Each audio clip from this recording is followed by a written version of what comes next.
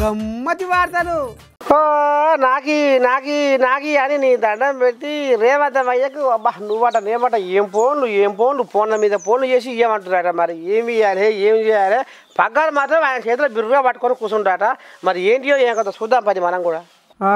జీడికంటి రావణ వారు పలారంలో రారా రారా రారా అయిపోతుంది అంటే నాకు అని ఎట్లా ఉరికి చేతులు దాపుతామో అగో గట్టినే సీఎం రేవంత్ అయ్య కూడా నామినేటెడ్ పదవులు ఎవరికి కావాలో అని కుదికే గూలవడంగా కూతేయంగానే నాకు అన్నట్టే తయారైదురాడనులా నిన్న కాంగ్రెస్ పార్టీ చోటా మోటా నాయకులు ఇక ఏమో అంటారు చూడు, ఏమి లేరమ్మా ఎగిరెగిరి పడుతుంది అన్నీ ఉన్నమ్మా అణిగి మణిగి ఉంటుంది అన్నట్టు.